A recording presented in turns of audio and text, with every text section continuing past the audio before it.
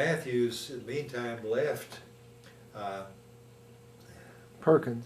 Perkins and went down to be with a guy named Jack Lewis at the Christian Faith and Life Community in Austin, Texas.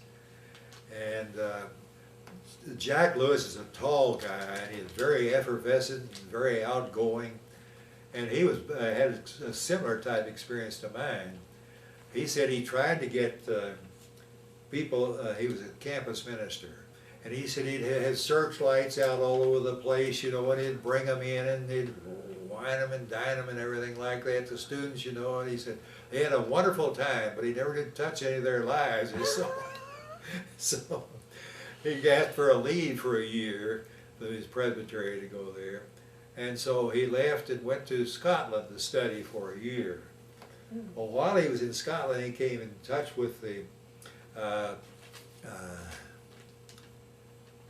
lay movement in recovery, you know, of World War II. And the theological thing was there with the Duke kind of thing like that out of Bonhoeffer and all that. The liturgical thing was a Taizé and so forth. And the community thing was like at, what's the thing in Scotland? Iona? Iona and other places like at Findhorn later on, but also Taizé. And he came back and he realized he didn't have the intellectual equipment. He was more of a social gatherer type of man. So he hired somebody to be his curriculum builder, and he wasn't satisfied with him. And in the meantime, I was getting itchy because I didn't like my work in the parish. Wanted to get out of it, you know. I had all this stuff coming into me, the new understanding. This Methodist preacher and I across the street.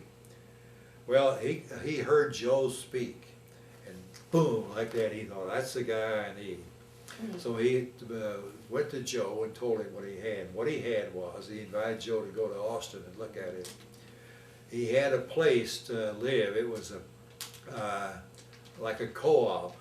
You know, at the University of Texas, they had fraternities, of course, and they had co-ops where people would come and eat together and sleep together and live together in this one building, and then go to school during the day. But that was a co-op. Well, he had them come in and organize them. He had worship, and he, according like they did it to Zay and other things as best he understood it.